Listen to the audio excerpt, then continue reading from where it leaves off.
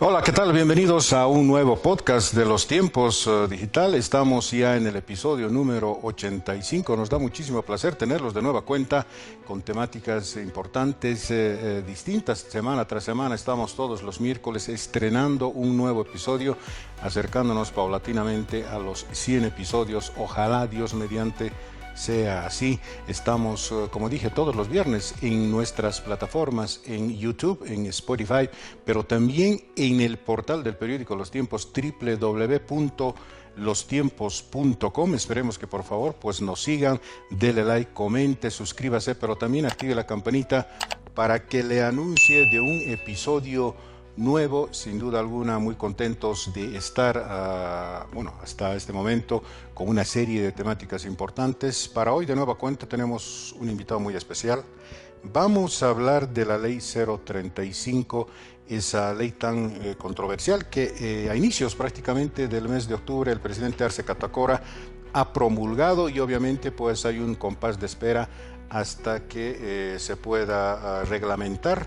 Y obviamente esta ley 035 ha causado una serie de problemas. Bueno, obviamente también a lo largo de los últimos meses una polémica importante con respecto a lo que significa la pensión solidaria de vejez. En esta oportunidad vamos a hablar con el abogado y experto en fondo de pensiones, Guillermo Quispe, de nueva cuenta, para justamente pues dar información de primera mano, muy básica, muy elemental, porque de eso se trata, de llegar a la mayor cantidad de gente con una explicación sencilla y fácil de asimilar. Abogado, una vez más, muchísimas gracias por estar en Podcast Los Tiempos. Bienvenido. Gracias, Rudy. Gracias por la invitación. Un saludo cordial a todas las personas que te siguen. Y bueno, estamos aquí, como tú dices, algo bien importante para hacer entender a las personas lo que ha sucedido con este proyecto de Ley 035, que se convierte en la Ley 1582 del 1 de octubre del 2024. Entonces, lo que queremos es que las personas entiendan realmente en qué consiste esta ley, quiénes son los beneficiados y a quienes no les corresponde parte de ese beneficio también. Exactamente, abogado. Y me gustaría partir de una información elemental. ¿Qué es la ley 035? ¿Cómo se la ha venido digiriendo, si vale el término, en los últimos meses? Y ahora que ya ha sido promulgada, pues se espera la reglamentación. Sin embargo, esencialmente, ¿qué es lo que dice la ley 035? Sí, bueno, como te decía, ahora es ley 1582, ¿no? Porque el proyecto de ley 035 ya finalizó en su etapa de proyecto y ahora se consolida como una ley, que es la ley 1582. Esta ley 1582 lo que hace es elevar el límite máximo y el mínimo también de los montos que suben la pensión solidaria de vejez. En algún momento yo ya les expliqué que hay dos tipos de pensiones que manejamos, ¿no? La pensión de vejez, que no contempla el fondo solidario, y la pensión solidaria de vejez, que contempla el fondo solidario, que es las pensiones que han sido creadas para las personas que menos son favorecidas con el sistema integral de pensiones.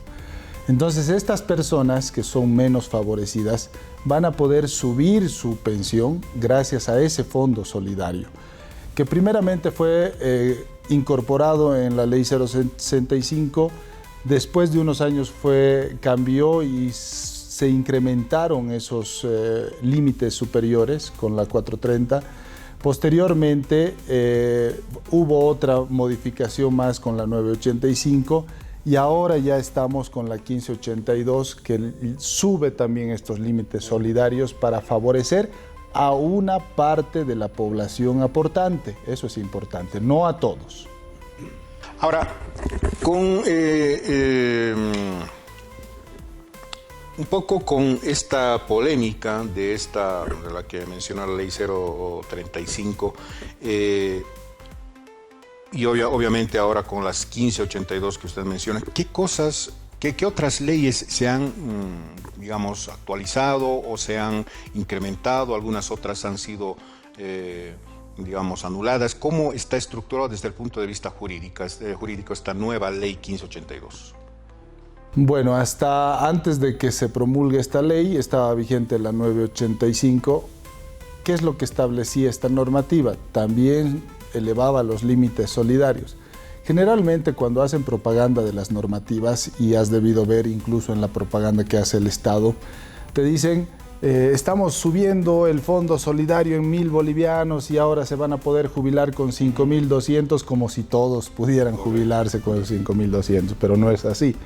Lo mismo pasó con la anterior normativa, donde dijeron, uy, estamos subiendo de 3.200 a 4.200 y estamos elevando a un monto que va a beneficiar a todos los jubilados, que tampoco es real. Esta normativa, ¿qué es lo que hace? Modifica todas las normativas anteriores y modifica la ley 065, que es la ley de pensiones. Pero no en aspectos amplios de la ley, porque yo pienso que se podía haber analizado muchas otras cosas más, no solamente elevar los límites solidarios, que sí favorece a una gran parte de la población, pero podían haberse analizado muchas otras cosas más para realmente hacer un trabajo eficiente y eficaz sobre esta normativa. Pero no lo han hecho. Lo único que han hecho es elevar estos límites solidarios y han incrementado el aporte solidario también que realizamos cada uno de nosotros al fondo solidario del cual se va cubriendo todas estas pensiones, ¿no? O sea, no nos damos mucho cuenta de eso porque todos decimos, bueno, nos descuentan el 12.71% y ahora, ¿para qué será? No me interesa, creo que todo es para mi jubilación, dicen la mayoría, ¿no? Pero no, a ver, del 12.71% que nos descuentan, solo el 10% va a nuestra jubilación. El 1.71% va para riesgos. ¿Qué quiere decir? Cuando nos enfermamos podemos gozar de una pensión por invalidez, o cuando morimos se va a pagar una pensión por muerte a nuestra esposa o a nuestro esposo. El otro porcentaje, el 0.5, se paga a fondo solidario, y ese 0.5 va generando una bolsita, llamémosle así, donde se va acumulando todo ese dinero, y a quienes les pagan una pensión solidaria de vejez, se les paga con gran parte de esos fondos. Entonces, tu pregunta era, ¿qué se modifica? Dos cosas: los límites solidarios y el aporte que hacemos para el fondo solidario. A ver, abogado, aparentemente este tema de pensiones, en este caso, por ejemplo, el tema de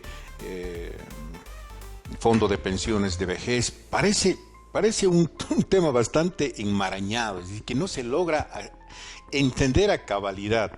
Desde el punto de vista de su explicación, yo sé que es bastante didáctica y creo que eso es importante porque la gente creo que eso es lo que desea. La pregunta es, ¿de dónde el Estado está captando recursos para este incremento que el gobierno ha dicho entre 800 y 1.000 bolivianos? ¿Cómo se generan estos recursos?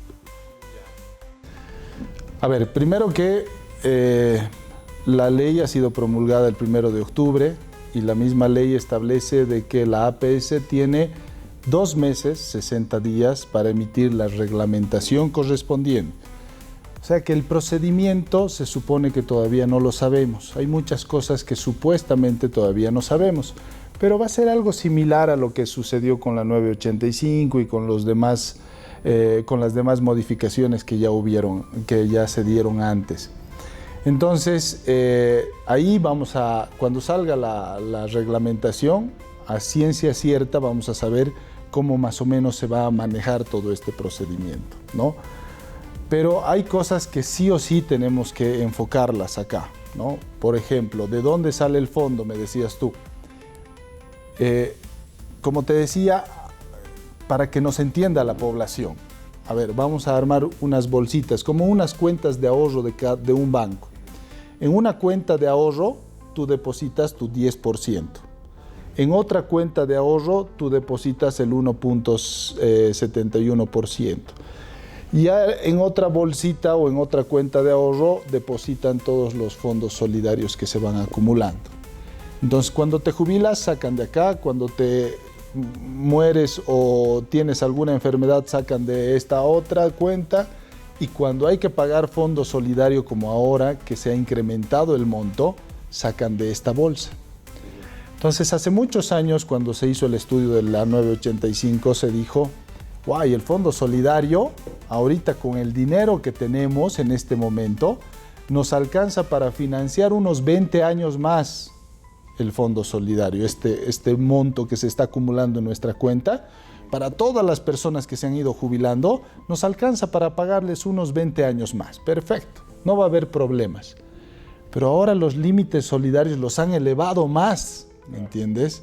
Entonces, ¿y ahora qué hacemos? Dice, o sea, ellos dicen, se ha hecho un estudio matemático actuarial, se han hecho un montón de análisis y con eso hemos determinado de que se podía elevar. No es tan cierto, o sea, la presión sindical, la presión de la Central Obrera Boliviana, por más que no hagan un estudio matemático actuarial, a ellos les ha obligado a que tengan que ver la forma de incrementar estos montos, ¿no? Entonces, pero han dicho, vamos a descabezar nuestro fondo y ¿con qué nos vamos a quedar? Entonces les subiremos el aporte al fondo solidario que hacen todos. ¿Y cómo lo suben? Mira, el aporte patronal solidario aumenta del 3% al 3.5%, el que realiza el empleador. Tú como empleador pagabas el 3% por tu trabajador, ahora vas a pagar el 3.5%. El aporte solidario minero del empleador sube del 2 al 2.3%, o sea, el minero pagaba el 2% por su trabajador, ahora el 2.3%. Los límites solidarios de los trabajadores, es decir, no sé si te acuerdas que comentamos que quien gana más de 13.000, quien gana más de 25.000 y quien gana más de 30.000, aparte tiene que pagar otro monto más al fondo solidario, suben. Al que gana más de 13.000, del 1% al 1.15%. Al que gana más de 25.000, del 5% al 5.74%. Y del que gana 35.000, del 10% al 11.48%. Entonces, con eso, ellos han dicho, bueno, vamos a un poquito solucionar nuestro problema de que estábamos descabezando nuestra cuenta y nos íbamos a quedar con fondos menores. Hay un análisis que hizo un matemático, un físico matemático, un economista, varias profesiones tiene, que veía el otro día en la tele y dice, según un análisis que nosotros los economistas hacemos, si antes iba a durar 20 años este fondo solidario, ahora con este incremento hemos reducido a 10 años. ¿Y en 10 años qué vamos a hacer? Y si dentro de 5 años, porque la ley dice cada 5 años hay que analizar si se incrementa o no, y si dentro de 5 años por la presión política otra vez incrementan los fondos solidarios, entonces ya no vamos a tener fondo solidario por más de 5 años. Y eso es lo preocupante, ¿no? Bien, ahora, en torno a este tema, a esta nueva ley, obviamente, se han creado una serie, ¿no?, de informaciones, o sea, la gente misma, los bolivianos, generan una serie de informaciones que podrían ser erradas o no, pero creo que es importante tener, digamos, una idea muy clara con respecto a este tema, porque definitivamente como usted ha mencionado, se trata justamente de nuestro futuro y obviamente de todo lo que concierne, digamos, las eventualidades que una persona podría tener. Mi pregunta es la siguiente. El gobierno del presidente Catacora ha dicho un incremento de entre 800 a 1.000 bolivianos y obviamente toda la gente dice, uy, vamos a tener un incremento importante, generalizado, etc. La pregunta es, ¿quiénes específicamente van a gozar de este incremento de 800 o 1.000 bolivianos? ¿Qué sectores y qué requisitos se tienen establecidos para poder, digamos, generar y obviamente tener este incremento? Ya. Esa es una muy buena pregunta porque hay mucha confusión en la población. Dicen, hay un incremento de 1.000 bolivianos, pero eso es solo para las personas que tienen ahorita un salario superior a 7.500 bolivianos y que tienen más de 58 años de edad. Pero eso es para todos, abogado, no creo, ¿o sí? ¿O hay un sector específico? Hay un parámetro, a ver. Si yo como trabajador, pondremos ejemplos, un maestro que tiene 35 años de servicio, gana más de 7.500 bolivianos de salario y ya tiene más de 58 años de edad, puede jubilarse con esos 5.200. ¿Cómo llegas a los 5.200? Si tú calculas el 70% de ese salario y es superior a los 5.200, te jubilas con esos 5.200. Imaginemos que la misma característica, el mismo profesional, un maestro, pero no gana 7.500. Ese maestro solo gana 6.000. El 70% de 6.000 son 4.200. Ese maestro se va a quedar con los 4.200. Por supuesto. No va a llegar a los 5.200. Todo depende del salario que está percibiendo. Ahora, obviamente es proporcional. Claro, es proporcional. O sea, solo estamos hablando de los 35 años de servicio para arriba. Por ejemplo, dice, el mínimo de aportación para jubilarte es de 10 años. ¿No ve? Con 10 años te jubilabas con 640 bolivianos. Ahora con 10 años te jubilas con 720. ¿Quiénes se van a jubilar con ese monto de dinero? Una persona que ha trabajado en la alcaldía 10 años y después tenía sus trabajos como independiente, pero nunca aportó. Llega a los 58 años de edad, tiene un saldo acumulado en la gestora pública de 100.000 bolivianos. ¿Cuánto te representa esos 100.000 bolivianos en una jubilación? 500 bolivianos. Entonces, si tú ves, el límite mínimo decía 640 bolivianos anteriormente. De fondo solidario, ¿cuánto le iban a dar? 140 bolivianos, más los 500, los 640 bolivianos. Pero ahora, de fondo solidario, le van a dar 220. Entonces, sí ha mejorado, ¿cuánto? 80 bolivianos ese límite, ¿no? Que es el mínimo. Iremos con otro límite, con el límite de 20 años. Con el límite de 20 años, una persona que ha trabajado 20 años, a ver, una enfermera que ha trabajado 20 años tiene un salario de 8.000 bolivianos, ¿no ve? Pero tiene un saldo acumulado en la gestora pública de 200.000 bolivianos. ¿Cuánto representa esos 200.000 bolivianos? Solamente 1.000 bolivianos, nada más.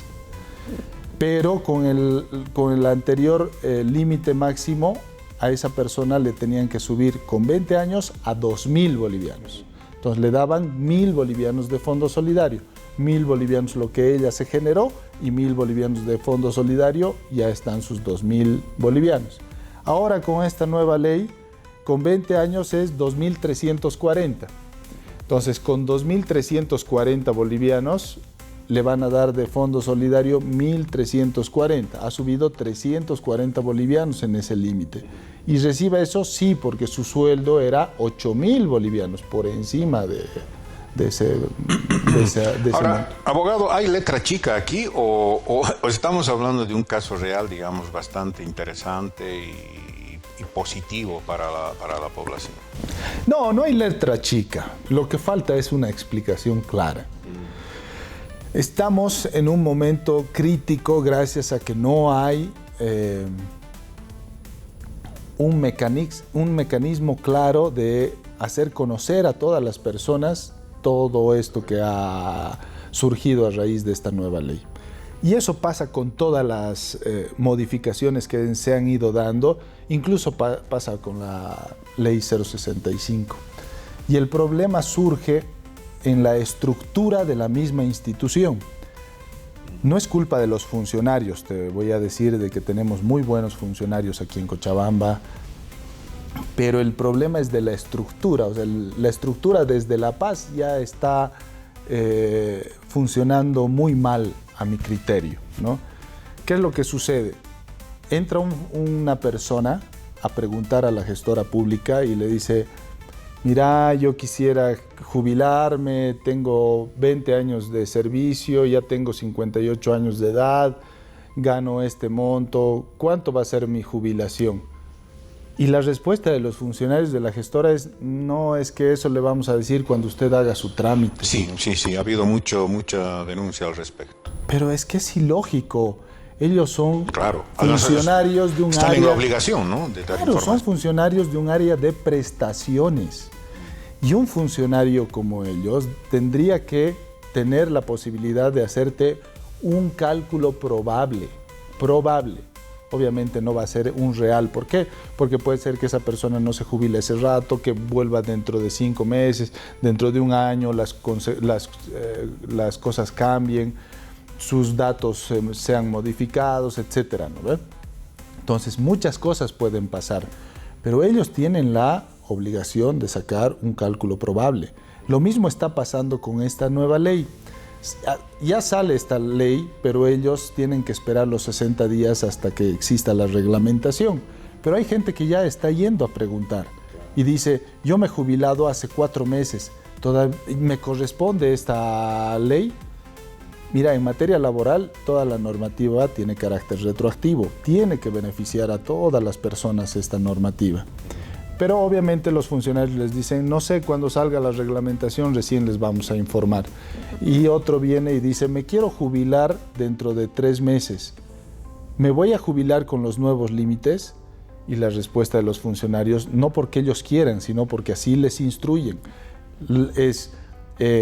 No sé, le vamos a informar dentro de 3 meses, pero cuando haga su trámite, no podemos sacar una información previa ni hacérselo un cálculo probable. Y eso está mal, porque así la gente sigue desinformándose. O sea, está bien para mí, porque sigo teniendo trabajo. Toda esa gente que no puede tener una información llega a mi oficina, obviamente, y nosotros con todo el gusto les hacemos una planificación, una proyección y les decimos cuáles son sus posibilidades. Obviamente, y eso parece absolutamente contraproducente, ¿no es cierto? Es ir, digamos, a contrapelo, porque expertos como usted, por ejemplo, pueden perfectamente dar una explicación clara de todo lo que significa. En cambio, digamos, el sector que tiene toda la obligación de hacerlo y de seguir todo el proceso. Y las facilidades, además. Correcto. No te olvides que el sistema que ellos deberían tener cuesta millones. Por supuesto, hemos sido testigos de eso. Abogado, un poco con respecto al tema, tengo 2 preguntas, una que tiene que ver con la gestora y otra con este tema de la jubilación obligatoria, que entre otras cosas prácticamente le han puesto una cruz por todos los problemas que ha habido, etcétera, etcétera, amenazas, etcétera, y obviamente el Ejecutivo ha preferido no tener más problemas y listo, dicho, esta cuestión se archiva. Pero en torno al tema de la gestora, independientemente de lo que usted acaba de mencionar, de todas, digamos, estas falencias y demás, no sé cuánto ya vamos, un poco más de un año, creo, desde que inició la gestora con el trabajo, etcétera, etcétera. ¿Cuál es su evaluación, no solamente desde el punto de vista hermenéutico, que ya lo ha mencionado indudablemente, sino del manejo mismo de los dineros, ¿no? Hace algunos meses, por ejemplo, se supo que la gestora había comprado algunos bonos del Banco Central, etcétera, y se armó otro problema, que están utilizando nuestros dineros. O sea, el gobierno no informa de la manera más transparente, pero desde su evaluación, abogado, ¿cómo está funcionando desde el punto de vista económico la gestora? A ver, mira, yo estoy muy preocupado. La última vez que tuvimos la entrevista, yo te dije que creo en el sistema. Creo que hay muchas cosas positivas que tiene este sistema. Podríamos mejorarlo mucho más, ¿no? Podríamos reestructurar varias cosas y eso podría beneficiar a un montón de gente. Pero creo que el manejo es el conflicto hoy en día. Desde que ha entrado la gestora pública, hay un desconocimiento absoluto de muchas cosas por parte de la estructura misma. Hay equivocaciones que te juro hasta las considero de niños, no de expertos en esta materia, y eso me preocupa. Hay cosas que son tan sencillas, pero se equivocan demasiado. Ahora yo que logro, por ejemplo, irme a notificar un trámite de jubilación o un trámite de pensión por invalidez, lo primero que hago es a mi equipo de trabajadores con los que estoy, les digo, no quiero que me firmen ningún contrato hasta que yo revise bien todos los cálculos que hacen. Porque no hay un solo contrato de jubilación, de pensión por invalidez, de pensión por muerte, en el que no se equivoquen. O sea, imagínate, yo como profesional... Pero esto es un tema, digamos, de error humano o, digamos, de incompetencia. Mira, yo quisiera creer que todavía su sistema no está adecuado como para hacer cálculos realmente completos y reales, pero a mí me preocupa eso. Tenemos muchas equivocaciones de parte de la gestora pública. Hoy, por ejemplo, voy y me hago notificar una pensión por invalidez, que era una gran invalidez. ¿Cuál es la característica de una gran invalidez?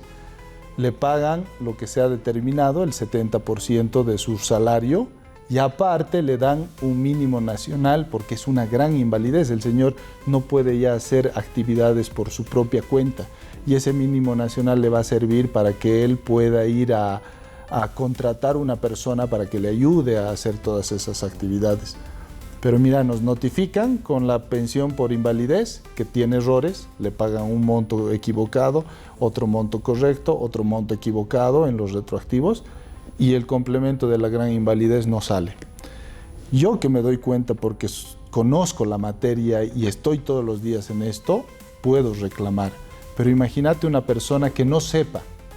Entonces, ¿qué es lo que va a suceder en esos casos? Esa persona que no sabe va a decir, me están pagando 3.200, súper, está bien, con esto me quedo y todos los meses cobro.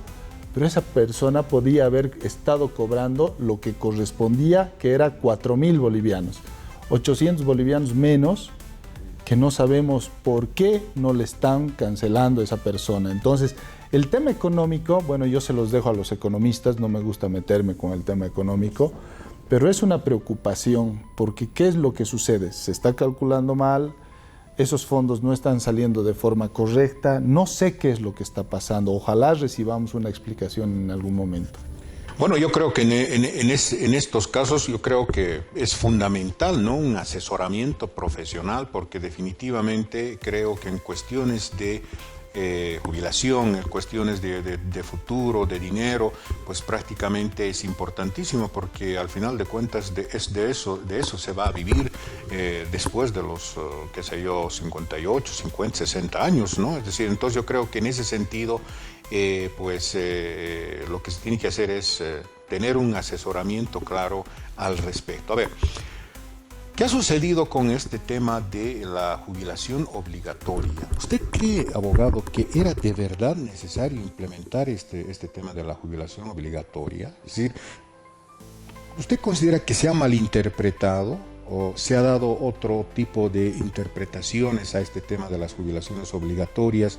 Los sectores que han elevado la voz, en este caso los médicos y otros sectores, las universidades, ¿usted cree que con razón estuvieron ahí manifestándose en contra de esta posibilidad de la jubilación obligatoria? ¿Qué ha sucedido ahí? ¿Por qué ha retrocedido el gobierno y ha preferido ponerle una cruz, si es que le ha puesto, ¿no? Porque en todo caso no se sabe del todo si es que en algún momento se vuelve a reactivar el tema. A ver, hay pros y contras al respecto, ¿no? Mira, hay algo que decía el presidente cuando estaba promulgando esta nueva ley y decía, hay mucha juventud que necesita encontrar trabajo, ingresar en estas fuentes de trabajo donde ya muchas personas mayores están no queriendo dejar su posición, ¿no? Ya sea en las universidades, en los hospitales, en los colegios. Hay muchos mayores que están trabajando todavía, incluso batallando con problemas de salud y otras cosas más. Entonces sí, tiene un poco de razón en el hecho de que es complicado de que un profesional joven pueda encontrar una fuente de trabajo si estos señores no van a dejar su labor y acogerse a la jubilación. Pero el hecho de que tú tengas un promedio de vida alto, porque tu salario es de 20.000, 18.000, y de repente te dicen que tu jubilación va a ser de 2.500, 3.000 bolivianos, te asusta. ¿me entiendes? Exacto. Te asusta. Correcto. Y eso ha pasado con los médicos, eso ha pasado con los docentes de las universidades, a quienes les han dicho a los 65 los vamos a jubilar a ustedes y a partir de esa edad ustedes ya tienen que buscarse la vida, ¿no? Y empezar a acomodarse un poco y ajustarse un poco porque el sueldo que van a recibir como jubilados no va a ser igual al de activos. Entonces eso los ha asustado a la mayoría de ellos, ¿no? Y tienen razón, o sea, si es que ajustáramos un poco la pensión de vejez para retribuir un poco más a estas personas que están aportando montos elevados, podríamos tal vez convencer un poco a estas personas de que dejen de trabajar a una edad tan alta, ¿no? Entonces, por eso te decía, hay pros y contras. No estoy ni a favor ni en contra porque realmente veo los dos puntos de vista, ¿no? La juventud que necesita encontrar un trabajo, pero quienes llegan a la vejez también y no les vas a dar las condiciones de poder seguir manteniendo ese nivel de vida que tienen, porque tú tienes un nivel de vida que te has ido generando con el sueldo que ibas recibiendo y si tu economía baja tremendamente, entonces también tu bolsillo va a afectar tu vida diaria, ¿no? Ahora, abogado, desde su análisis, este tema de la jubilación obligatoria o un límite de edad se tiene que plantear en algún momento de nuestra historia política o definitivamente es un tema saldado o podría producir otra serie de conflictos, digamos, a corto, mediano o largo plazo. ¿Usted consideraría que en algún momento se tiene que necesariamente debatir este tema? Sí, yo creo que sí, es importante, porque yo te digo, he encontrado personas de 80 años trabajando, porque no querían dejar el sueldo que percibían, que era no alto tampoco, pero por lo menos era mucho más del sueldo que iban a recibir como jubilados, ¿no? Entonces hay muchos que han comenzado a aportar no desde el principio de su etapa laboral, no desde los 25, 28 años. Hay muchos que han empezado a aportar recién desde los 40, incluso algunos desde los 50. Entonces imagínate, desde los 50 empezar a aportar hasta los 58, no llegas ni siquiera a los 10 años de servicio. Lo que se tiene que ver es una estrategia como para que más gente confíe en el sistema y aporte. Porque si tú logras de que la mayor parte de las personas aporten, generas un monto acumulado mayor y esos dineros pueden ser invertidos, pueden generar un mayor rendimiento. Hay que explicarles, por eso te decía al principio, yo creo en el sistema. Lo que no me está convenciendo es la estructura. Hay que convencer a las personas de que crean en el sistema. Yo cuando aporto a la gestora pública ahora, aporto para mi vejez, para mi jubilación, aporto por si me enfermo, y eso es muy importante. Hoy en día hay tantas enfermedades que uno necesita tener un seguro de salud. En otros países tú tienes seguro contra el carro, contra incendio, contra casa, contra enfermedad, Nosotros ahorita estamos aportando para nuestra jubilación, por si nos enfermamos, por si vamos a morir de repente, y gastos funerarios para que cuando me entierren paguen una parte de... ¿Usted cree que Futura y Previsión en ese sentido hacían un trabajo más, digamos, no solamente ordenado, sino más consecuente? Era otra estructura, ¿no? Creo que el sistema que manejaban ellos ya era un sistema formal, consolidado. Eso ayudaba para que la estructura no sea tan inestable como la que es ahora con la gestora pública. Y bueno, pero también les ha costado, ¿no?, a las AFPs entrar. No te olvides que las AFPs han llegado después de un sistema de reparto fracasado que buscaba mejorar lo que habían hecho durante tantos años. Entonces es bien complicado, o sea, no es fácil. La primera vez que me entrevistaste, que fue el año pasado, creo, cuando salió la gestora pública, yo te dije, tendremos paciencia, veremos cómo andan las cosas. Pero ya la paciencia se agota, o sea, ya estamos a 1 año y medio.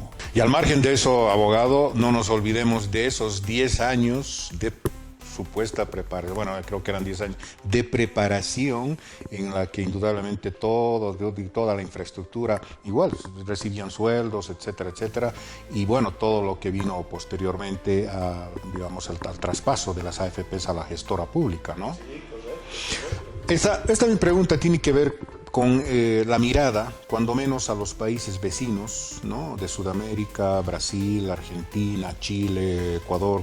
¿Cómo estamos? ¿Cómo está Bolivia en materia de pensiones? ¿Cómo estamos ubicados? ¿Estamos con, digamos, números realmente bajísimos? Si tendríamos que compararnos con los países vecinos, ¿en qué posición estaría Bolivia? Mira, el tema de las pensiones es un tema bien complicado, no solamente en Bolivia, sino a nivel mundial.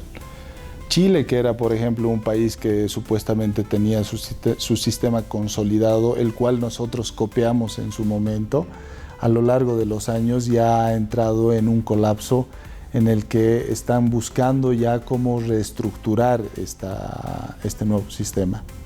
Ecuador está en una reestructuración que creo que puede servir. Sin embargo, muchos de los países de Sudamérica están queriendo volver al sistema de reparto como era antes. Bolivia estuvo en el sistema de reparto hasta 1997. Fracasó y entramos a un sistema de capitalización individual, ¿no ve? Entonces, el sistema de capitalización individual está consolidado en muchos países como Chile, Bolivia. En Ecuador están intentando hacer algo una mezcla de sistemas, ¿no? Una mezcla entre capitalización individual y el sistema del reparto. Veremos cómo surge. A mí me gusta mucho esa idea. Pienso que podríamos haber nosotros impulsado, por ejemplo, el que existan dos tipos de instituciones. Claro. Que nosotros aportemos a la que nosotros creamos que nos ofrece mejores beneficios. Que haya una institución privada como las AFPs, y que haya la gestora pública y que entre las dos luchen por generar mejores rendimientos en los beneficios que le otorga a cada persona. Me encanta esa idea, creo que podría ser muy efectiva, pero a lo largo de toda esta etapa de estudio no he encontrado un país en el que se haga algo similar. Sería muy interesante. En todo caso, abogado, ¿usted considera que la administración de los dineros del fondo de pensiones, en este caso, digamos, en el caso de Bolivia, por la administración pública, el Estado, sigue siendo una mala idea? Mira, yo pienso que el dinero no se va a perder, que es algo importante porque el Estado no se puede escapar. Cuando el Estado maneja esos dineros, el Estado se hace responsable en cualquier momento. Es lo que pasó con el sistema de reparto. Se hizo de cargo hasta el 97, fracasó, perdió el dinero, pero les tuvo que devolver mediante la implementación del Senacir y la compensación de cotizaciones. Por lo tanto, pienso que nuestro dinero no lo vamos a perder, hablando individualmente, ¿no? Cada persona va a poder recuperar su jubilación en cualquier momento, pase lo que pase. Ahora, ¿qué estará sucediendo internamente con este dinero? La verdad es que es un tema que me gustaría que más los economistas nos gustaría que nos expliquen, ¿no? Exacto, porque como le dije anteriormente, pues hace como, no sé, unos cuantos meses se ha a conocer de que la gestora ha comprado bonos del Banco Central. En su momento salió al paso el presidente de la gestora y dijo, bueno, estos bonos no tienen por qué escandalizarse, son habituales, se los va a recuperar, etcétera, etcétera, etcétera. Sin embargo, pues prácticamente pasó el tiempo, hubo una serie de conflictos que se tapó con el otro, etc., y no existe una explicación clara. Yo recuerdo, abogado, que cuando estaban las AFPs, uno iba a Futura o Previsión, pedía, digamos, un extracto y inmediatamente se les otorgaba. O sea, todo el movimiento, digamos, del tema de aportes y demás. Hoy en día, ¿cómo es este tema como usted ya mencionaba hace un momento, cómo es este tema de los requerimientos de los bolivianos? Estamos en una etapa en la que ya por lo menos hemos empezado a uniformar esos mismos procedimientos que habían antes, ¿no? Hasta hace poco tú sacabas tu estado de ahorro y en la última parte donde decía saldo individual salía cero. Es como si no tuvieras ningún monto. Y era porque las AFPs todavía seguían pasando la información a la gestora pública, pero hoy en día ya puedes ir a sacar tu estado de ahorro, en tu estado de ahorro sale toda la información, sale tu saldo individual. Y se está enviando a las empresas, por ejemplo, como hacían las AFPs, es decir, un sobrecito con todo el desarrollo, acumulados, etcétera, etcétera. Ya yo asesoro a empresas y en ninguna hemos recibido los informes de la gestora. Tal vez lo está haciendo con algunas, pero con las empresas que yo trabajo como asesor, no hemos recibido ningún informe de ningún trabajador. Entonces me imagino que en algún momento lo van a empezar a hacer. Dos preguntas más, abogado. La primera tiene que ver, hablando de todo lo que hemos hablado con este tema de esta ley 1582, etcétera, el Fondo Solidario de la Vejez, etcétera, y tomando en cuenta todo lo que podría suceder después de estos 60 días, donde obviamente donde se espera la reglamentación, si usted tuviera que dar, no sé, a ver, yo sé que hay muchos consejos, pero si usted tendría que dar unos 3 o 4 consejos clave para una persona que está pensando jubilarse y tomando en cuenta todo lo que hemos hablado, ¿cuáles serían, digamos, esos 3 o 4 puntos fundamentales para poder tener, digamos, una información precisa, primero por un lado, y segundo, pues, estar relativamente conforme con lo que podría venir después, ¿no?, en su jubilación?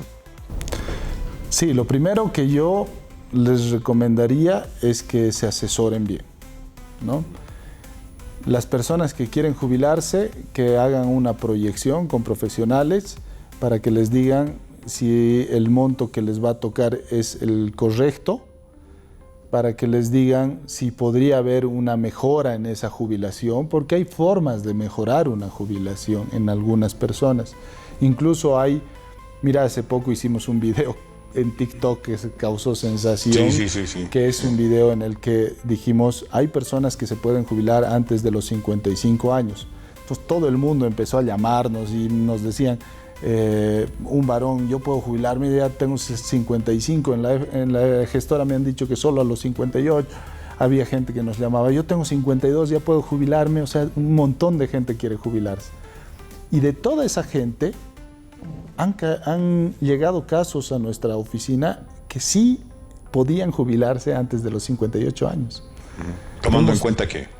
Tomando en cuenta las aportaciones que tenían, tomando en cuenta que ya no estaban trabajando, ya no eran dependientes, tenían sus propios proyectos, y tomando en cuenta que podíamos hacer una operación que nos permitía bajar su referente salarial y jubilarlo antes de los 55. Entonces, y todas esas personas, la coincidencia de todas esas personas es que todos ellos fueron a la gestora y a todos ellos les dijeron de que no podían jubilarse antes de los 58. Entonces, es tan importante hoy en día generar una proyección para una persona para saber qué puede suceder más adelante con sus beneficios. ¿Y qué se puede hacer en ese caso, abogado? O sea, ¿cómo se resuelve ese entuerto? Porque por un lado la gestora dice no, en todo caso los asesores dicen sí. ¿Hay una mala información?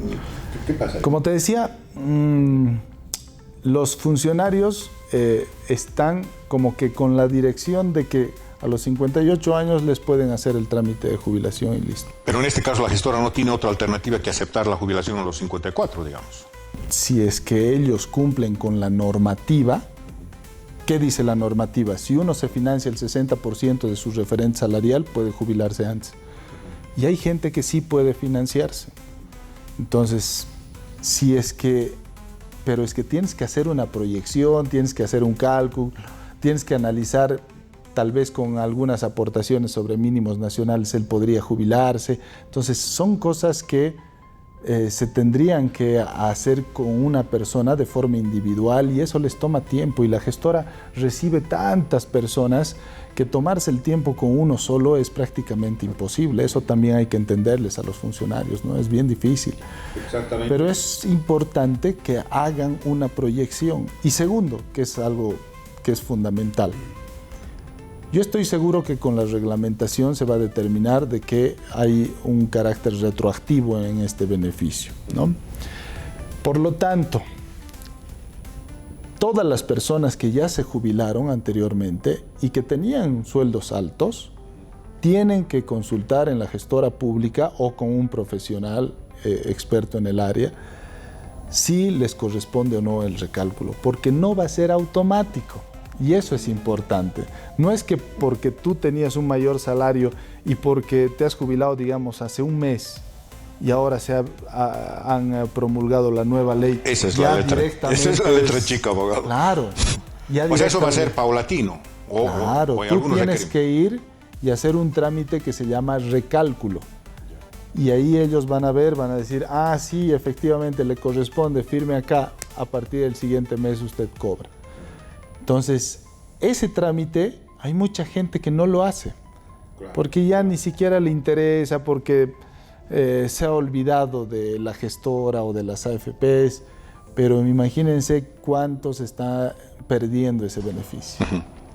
Bueno, pues abogado, ahí está el tema. Seguramente cualquier aspecto que sea fundamental para poder analizar posteriormente, porque seguramente esto todavía dará mucha tela para cortar, porque se tienen que esperar, como decía usted, los 60 días para que salga la reglamentación, y de acuerdo a eso, pues tampoco se termina el asunto, porque hay una serie de aspectos fundamentales. Pero lo cierto está, abogado, en que una persona que desee jubilarse, o está pensando jubilarse, usted que está pensando jubilarse, lo primero que tiene que hacer es, como decía el abogado, buscar un claro, efectivo y veraz sobre todas las cosas, porque se trata justamente de, qué sé yo, la tercera o cuarta edad o el futuro en definitivo, porque ese dinero va a servir para vivir, ¿no? O sea, es decir, no es un caso menor, ¿no? Y sobre todo en nuestro país, donde la situación económica no está para nada